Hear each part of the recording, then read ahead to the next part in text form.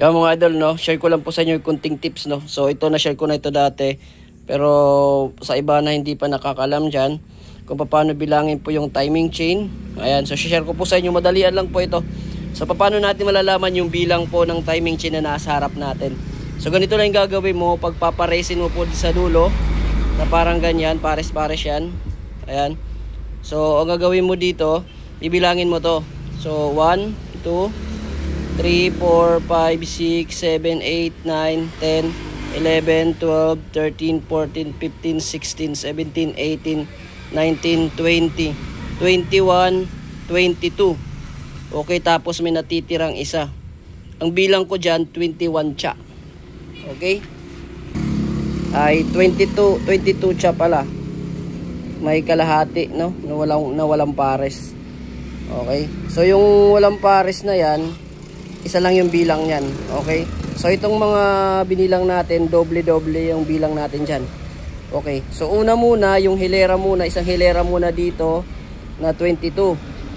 Bali 22 plus 22, ang lalabas dyan ay 44. Tama? 44. Tapos dito naman, meron po silang tig-isa. Kaya meron sila tig-cha, diba? May tig-isa. Meron ditong 2. Ayan, may dalawa yan dyan, no? May dalawa. May dalawang bilang dito, no? Ayan, ganyan ko na lang, ganyan. Dito na, dalawa. Hindi ko muna yan ipagsasama, ha? Okay?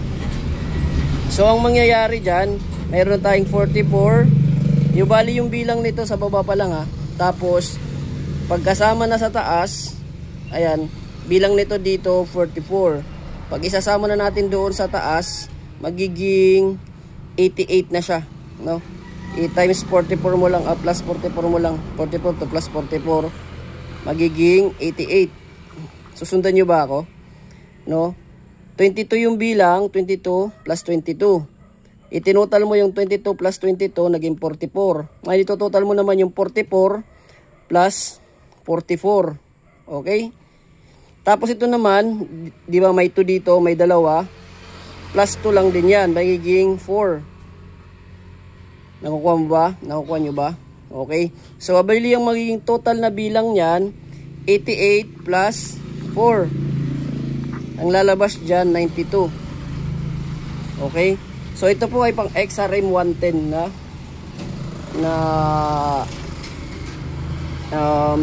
timing chain. Okay, so bilangin natin ulit para masundan. 1, 2, 3, 4, 5, 6, 7, 8, 9, 10, 11, 12, 13, 14, 15, 16, 17, 18, 19, 20, 21, 22. 22 plus 22, 44. Plus meron pong isa dito. So, balitig isa po yung 22 tsaka 22. Meron po silang dalawa, no? Okay? Ayan. Okay?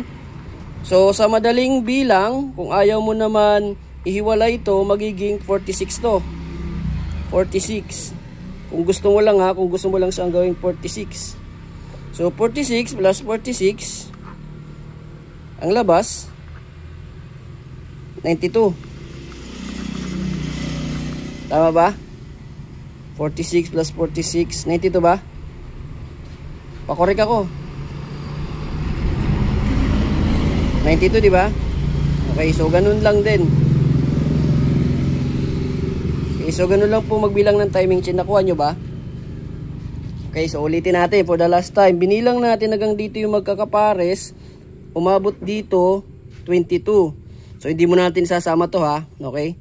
So 22 plus 22, 44. 44 plus 44 equals 88.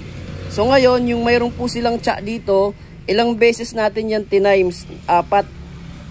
No? Ayan, 1, 2, 3, 4. So, ibig sabihin, bawat isang ay mayroon pong pares na isa. So, 1, 2, 3, 4. So, 88 plus 4, 1, 2, 3, 4, 89, 90, 91, 92. So, ganun. So, sana nakuha nyo, no? Binarbaliktad pa natin para mas madali nyong makuha. Okay, sa kuha nakuha nyo ba? Okay, so ganun lang po magbilang ng timing chain. Alright, bye-bye.